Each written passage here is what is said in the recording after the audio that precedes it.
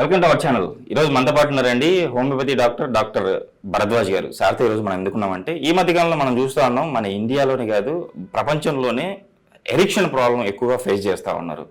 అదే అండి అంగస్తంభన సమస్య. ఈ సమస్యకి హోమియోపతిలో చాలా చక్కటి సొల్యూషన్ ఉంది. ఒక మంచి హోమ్ రెమెడీ కూడా చెప్తా అంటున్నారు. సో అదేంత సార్ ద్వారా తెలుసుకుందాం. నమస్తే సార్. నమస్తే అండి సార్, నిజర్లీ చూస్తే సార్ ఒక 50 నుంచి 60% పీపుల్స్కి ఈ అంగస్తంభన సమస్య ఉంది సార్. ఈ సమస్యతో చాలా మంది ప్రాబ్లం ఫేస్ చేస్తుంది, కానీ ఒకరికి చెప్పుకోలేరు ఈ ప్రాబ్లమ్ని.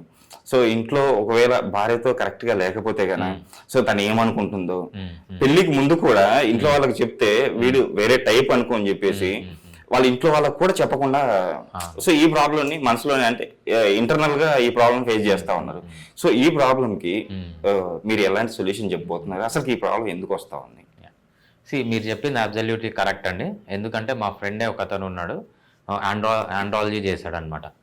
ఆండ్రాలజీ చేసి ఆయన ఏం చేశాడంటే ఫస్ట్ అసలు ఈ ప్రాబ్లం వచ్చిన వాళ్ళని ఇంకా కొన్ని వీడియోస్ పెట్టడం స్టార్ట్ చేశాడు.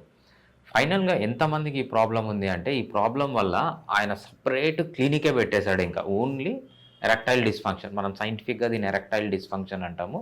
సో దీనికి క్లినికే పెట్టేశాడు. ఇప్పుడు ఆయన దగ్గర అపాయింట్మెంట్ కావాలంటే మినిమం 1 month వెయిట్ చేయాలన్నమాట. సో అంత విచ్చలవిడిగా ఈ ప్రాబ్లం ఉంది. మనము పాతకాలం నుంచి ఎలా ఉండేదంటే వాడికి ఏ టాలెంట్ అన్నా ఉండనియండి, కాకపోతే రీప్రొడక్టివ్గా చాలా స్ట్రాంగ్గా ఉండాలి. ఒక సింగర్ వాడి సింగింగ్ అయినా కూడా వాడికి రీప్రొడక్టివ్ సిస్టమ్ కరెక్ట్గా ఉంటేనే వాడి జనరేషన్ అనేది నెక్స్ట్కి వెళ్తుంది అనమాట. సో మన లైన్ తీసుకుంటే మనం ఇప్పుడు ఉన్నాము అంటే ఏంటంటే మన పూర్వీకులు కొన్ని వందల వేల జంటలు కరెక్ట్గా రీప్రొడ్యూస్ చేసాయి కాబట్టి మనం ఉన్నాం. ఆ జంటల్లో ఏ ఒక్క జంట రీప్రొడ్యూస్ చేయకపోయినా మనం ఈరోజు ఉండినాం అనమాట. సో రీప్రొడక్టివ్ సక్సెస్ అనేది అంత అవసరం ప్రతి ఒక్కదానికి. కాకపోతే ఏమైందంటే ఎందుకు మనకు ఈ ఎరెక్టైల్ డిస్ఫంక్షన్ వస్తుందంటే మనము చాలా రీజన్స్, మైన్యూట్ రీజన్స్ చాలా చెప్పుకోవచ్చు. మేజర్ రీజన్స్ మనం ఏం చెప్తామంటే సరిగా డైట్ తీసుకోకపోవడం, సరిగ్గా నిద్రపోకపోవడం, ఎక్సర్సైజ్ చేయకపోవడం, లైఫ్లో స్ట్రెస్ పెట్టుకోవడం, అదేవిధంగా ఇంకోటి ఏంటంటే ఆల్కహాల్, స్మోకింగ్, ఈ అలవాట్లు. ఈ 5 కారణాల వల్ల ఈ 5 కారణాలు అనేవి కామన్ అనమాట. మనం ఇంకా ఇండివిజువల్గా స్పెసిఫిక్ రీజన్స్ కూడా వెళ్ళచ్చు. సో మెయిన్గా ఈ 5 కరెక్ట్గా లేనందువల్ల మేజర్ ప్రాబ్లం వస్తుంది. Okay sir. సార్, ఇప్పుడు కొంతమంది చిన్న అంటే ఏమంటారు మెడిసిన్స్ వాడుతూ ఉంటారు. సో ఏమంటారు వయాగ్రా లాంటి మెడిసిన్స్ వాడుతూ ఉంటారు. సో దీన్ని రెగ్యులర్గా తీసుకోవడం వల్ల ఈ ప్రాబ్లం ఇంకా ఎక్కువ అయ్యే అవకాశం ఉందని కూడా కొంతమంది అంటూ ఉంటారు. కరెక్టేనా సార్? డెఫినెట్గా అండి. సో మనం ఎప్పుడైతే ఏ మెడిసిన్, ప్రపంచంలో ఇదే కాదు, మీరు ఏ మెడిసిన్ అన్నా తీసుకోండి, దానికి సైడ్ ఎఫెక్ట్స్ అనేది డెఫినెట్గా ఉంటాయి.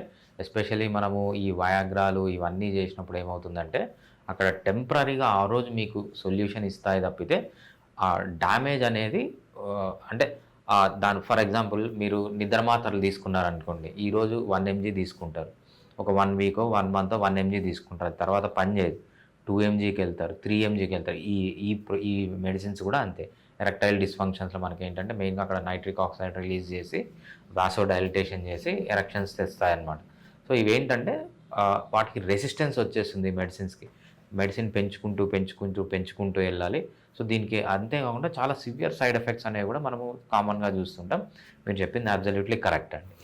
సార్, మాస్టర్బేషన్ చేసుకుంటే అంటే టైమింగ్ తగ్గుతుంది అని చెప్పేసి ఒకటి అంటే బయట ప్రచారంలో ఉంది, ఇది కరెక్టేనా? డెఫినెట్గా అండి. మాస్టర్బేషన్ అనేది అసలు మంచిది కాదు. మనము మాస్టర్బేషన్ని చాలా రకాలుగా చూస్తామన్నమాట. బేసిక్గా మనిషి అనేవాడు ఎలా ఉండాలంటే సెక్షువల్ యాక్సెస్ అనేది మనిషికి. సో విమెన్ అనేది హైలీ చూజీ ఉంటారు, హైలీ సెలెక్టివ్ ఉంటారు. వాళ్ళకు 100 మంది మెన్ కన్నా చూపిస్తే వాళ్ళు ఒకరినో ఇద్దరినో సెలెక్ట్ చేసుకుంటారు యాజ్ ఎ పార్ట్నర్. బట్ మెన్కి కానీ ఒక 100 మందిని చూపిస్తే దాంట్లో 60 మందిని సెక్షువల్ పార్ట్నర్గా సెలెక్ట్ చేసుకుంటారు. విమెన్ అనేవాళ్ళు అంత చూజీ ఉంటారు. సో దానివల్ల ఇప్పుడు ఏమవుతుంది, ఈ పాన్ వీడియోస్ రావడం వల్ల కానీ, ఈ విచ్చలవిడిగా వీడియోస్ ఎక్స్పోజ్ కావడం వల్ల కానీ, ఉమెన్ ఒక 100 మందిలో ఒకరిని సెలెక్ట్ చేసుకున్నారంటే వాడికి చాలా టాలెంట్ ఉండాలి. వాడు ఫిజికల్గా ఫిట్గా ఉన్నాడు, ఫిజియలాజికల్గా, సైకలాజికల్గా. సో మనం ఏమంటామంటే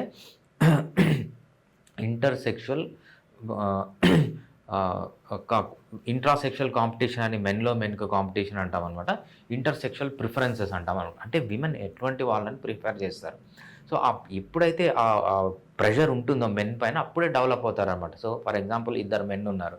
సో ఆ మెన్‌లో ఇద్దరిలో ఎవరు బాగా జీవితంలో పైకొస్తారో వాళ్ళనే విమెన్ అనేవాళ్ళు సెలెక్ట్ చేసుకుంటారనమాట. అక్కడ మెన్‌కి కాంపిటీషన్ ఉంటుంది. ఎప్పుడైతే ఈ పార్న్ వీడియోలు ఇవన్నీ వచ్చి ఆ కాంపిటీషన్ లేకుండా ఏమవుతుందంటే చాలామంది అసలు లైఫ్‌లో వాల్యూ అనేది సంపాదించుకోవట్లేదనమాట. ఇవి సైకలాజికల్ ప్రాబ్లమ్స్. ఇంకా మెయిన్‌గా ఈ ఫిజికల్ ప్రాబ్లమ్స్ ఇవన్నీ ఇంకా మనము చెప్పలేనన్ని ప్రాబ్లమ్స్ అనేవి ఉంటాయన్నమాట. సార్ ఈరోజు మన ప్రేక్షకులకి ఎలాంటి రెమెడీ చెప్పబోతా ఉన్నారు? రైట్. ఫస్ట్ అండి, మీకు ఎరెక్టైల్ డిస్‌ఫంక్షన్ ఉంటే కొన్ని ఇంపార్టెంట్ థింగ్స్ చెప్తాను. ఫస్ట్ ఎరెక్టైల్ డిస్‌ఫంక్షన్‌కి మనకు మేజర్‌గా ఏంటంటే మొబైల్స్ వాడడం. మొబైల్స్ వాడితే ఏమవుతుందంటే మొబైల్‌లో నుంచి మనకు ఈ హీట్ రేడియేషన్ ఇన్ఫ్రారెడ్ రేడియేషన్ వస్తుందనమాట. ఈ ఇన్ఫ్రారెడ్ రేడియేషన్ ఎప్పుడు జోబులో పెట్టుకొని తిరగడం వల్ల టెస్టిస్‌లోకెళ్ళి అక్కడ మనకు టెస్టోస్టిరాన్ ప్రొడక్షన్ అనేది తగ్గిపోతుంది. సో ఫస్ట్ మీరు ఏం చేయాలంటే మొబైల్స్‌ని దూరంగా పెట్టడం, వీలైనంత వరకు వాడకుండా ఉండడం. ఇంకోటి ఎస్పెషల్లీ వీళ్ళు సాఫ్ట్‌వేర్ ఇంజినీర్స్ చేసేది ఏంటంటే ల్యాప్‌టాప్స్ ఇక్కడ పెట్టుకొని పని చేస్తుంటారు. దాంట్లో నుంచి చాలా రేడియేషన్ వస్తుంటుంది. అంటే ఇన్ఫ్రారెడ్ రేడియేషన్ అంటామనమాట. ఈ ఇన్ఫ్రారెడ్ రేడియేషన్ వల్ల మొత్తం హీట్ అయిపోయి, హీట్ వల్ల ఏంటంటే టెస్టోస్టిరాన్ పడిపోతుంది. ఇంకోటి ఇంపార్టెంట్ థింగ్ ఏంటంటే మనకు కింద పెన్నిస్ ఆ ఏరియా ఉన్నప్పుడు అక్కడ మొత్తం బ్లడ్ వెజల్స్, నర్వ్స్ అన్నీ పోతుంటాయన్నమాట. ఈ పోయేటప్పుడు ఏంటంటే మన పాతకాలం మనుషులు ఎప్పుడూ ఒక మెత్తటి చైర్ పైన కానీ, లేకపోతే ఒక బైక్ డ్రైవింగ్ కానీ ఇవి ఎప్పుడూ చేయలేదు. మీరు ఎప్పుడైతే బైక్‌కి ఇటు సైడ్ కాళ్ళేసి కూర్చోవడం కానీ, మెత్తటి చైర్ పైన కూర్చోవడం కింద ప్రెషర్ పడుతుందనమాట. ప్రెషర్ పడినప్పుడు అక్కడ నర్వ్స్ కానీ, లేకపోతే బ్లడ్ వెజల్స్ కానీ అన్నీ డ్యామేజ్ అవ్వడం వల్ల ఈ ఎరెక్టైల్ డిస్‌ఫంక్షన్ అనేది వస్తుంది. మీరు ఫస్ట్ చేయాల్సింది ఏంటంటే వేడికి దూరంగా ఉండండి, ఎక్కువసేపు కూర్చోవద్దు. ఈ 2 పాటిస్తే మోస్ట్ ఆఫ్ ది టైమ్‌లో మీకేంటంటే ఇవి ఈజీలీ కంట్రోలబుల్ థింగ్స్ అనమాట. ఇవి కాకుండా కంట్రోల్ చేయలేనివి ఇంకా చాలా ఉన్నాయి. ఫర్ ఎగ్జాంపుల్ మనకేంటంటే కెమికల్ ఎక్స్‌పోజర్ అనేది మేజర్. నేను ఏ ఆండ్రాలజీ సెమినార్‌కెళ్ళినా మైక్రో ప్లాస్టిక్స్ అంటారనమాట. మనము ప్లాస్టిక్ బాటిల్స్‌లో వాటర్ తాగడం వల్ల ఏమవుతుందంటే చిన్న ప్లాస్టిక్ పీసెస్ లోపలికి వెళ్ళిపోయి అవి మన హార్మోనల్ డిస్టర్బెన్స్ చేస్తుంది.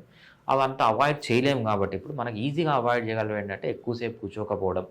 ఇంకోటి ఏంటంటే ఈ ఇన్ఫ్రారెడ్ రేడియేషన్‌కి దూరంగా ఉండడం అనేది చాలా ఇంపార్టెంట్ టిప్స్ అనమాట. సరే, హోమియోపతిలో ఈ ఎరిక్షన్ ప్రాబ్లమ్ కానీ అండ్ టైమింగ్ పెంచుకోవడానికి కానీ ఎలాంటి మెడిసిన్స్ అందుబాటులో ఉన్నాయి? సో మీరైతే ఎలాంటి ట్రీట్మెంట్ ఇస్తారు? సో హోమియోపతిలో ఎరెక్టైల్ డిస్‌ఫంక్షన్ అంటామనమాట. చాలా ఇంపార్టెంట్ మెడిసిన్స్ ఉన్నాయండి దీనికి. కాకపోతే మనం హోమియోపతిలో ఎప్పుడు హోమియోపతికి చాలా డిఫరెన్స్ ఉంటుంది.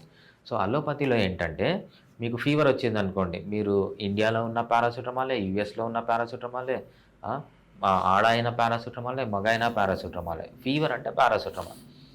ఎరెక్టైల్ డిస్‌ఫంక్షన్ ఉంటే మనకు సిల్డినాఫిల్ సిట్రేట్ అని, అదే ఓజోమెన్ అంటారు కదా. సో ఇట్లాంటివి మనకు ఉంటాయన్నమాట. బట్ హోమియోపతిలో ఒక డిసీజ్‌కి ఒక మెడిసిన్ అని ఉండదు. మనము హోమియోపతిలో యాజ్ ఆఫ్ నౌ ఒక 5000 మెడిసిన్స్ ఉన్నాయి. ఈ 5000 మెడిసిన్స్ మనం డిఫరెంట్ కాన్సంట్రేషన్ తీసుకున్నప్పుడు ఒక 5,00,000 మెడిసిన్ దాకా వెళ్తుందనమాట. పర్టిక్యులర్ డిస్‌ఫంక్షన్ ఎరెక్టైల్ ప్రాబ్లమ్‌కి ఈ 5,00,000 మెడిసిన్స్‌లో ఏదో ఒకటో రెండో సెలెక్ట్ చేస్తామన్నమాట. మనం హోమియోపతిలో 100 మంది వస్తే ఎరెక్టైల్ డిస్‌ఫంక్షన్స్‌తో 100 మందిని మనం కేస్ తీసుకొని, హోమియోపతి కేస్ టేకింగే 45 మినిట్స్ ఉంటుంది. కేస్ తీసుకొని రీజన్ ఐడెంటిఫై చేసి ఈ 5,00,000 మెడిసిన్స్‌తో ఒకటో రెండో ఇస్తాం తప్పితే మనకు పర్ఫెక్ట్‌గా ఈ మెడిసిన్ ఇస్తే తగ్గిపోతుంది అనేది ఆ కాన్సెప్ట్ అనేది హోమియోపతి కాన్సెప్ట్ కాదనమాట. హోమియోపతిలో ఏంటంటే ఇండివిజువలైజేషన్, ఈ పర్సన్‌కి ఎందుకు వచ్చింది, వాడు ఫిజియోలాజికల్ సిమ్టమ్స్ ఎలా ఉన్నాయి, వాడి ఫిజికల్ సిమ్టమ్స్ ఎలా ఉన్నాయి, సైకలాజికల్‌గా వాడు ఎలా ప్రాబ్లంలో ఉన్నాడు అని ఇవన్నీ అసెస్ చేసి చెప్పాలి తప్పితే మనం పిన్ పాయింట్గా ఈ డిసీజ్‌కి ఈ ప్రాబ్లమ్ అని ఈ డిసీజ్‌కి ఈ మెడిసిన్ అని హోమియోపతిలో ఉండదన్నమాట. లేదు సార్, ఈరోజు మన ప్రేక్షకులకి చాలా చక్కటి వివరణ ఇచ్చారు. అట్ ద సేమ్ టైం మిమ్మల్ని కలవాలంటే డైరెక్ట్గా సో ఎలా మిమ్మల్ని కాంటాక్ట్ అవ్వాలి? నా ఫోన్ నెంబర్ వచ్చి 7997100303 అండి. సో మనకు మల్టిపుల్ బ్రాంచెస్ ఉన్నాయి. మీకు నియరెస్ట్ ఇక్కడ ఈ ఫోన్ నెంబర్కి కాల్ చేస్తే డీటెయిల్స్ అన్నీ మీకు చెప్తారు. సో ఫిజికల్గా హైదరాబాద్లో అయితే నేను మణికొండలో ఉంటాను. జస్ట్ గోల్డెన్ టెంపుల్ ఉంది కదా, గోల్డెన్ టెంపుల్ ఆపోజిట్లోనే ఉంటాను అనమాట. Thank you sir. థ్యాంక్స్ అండి.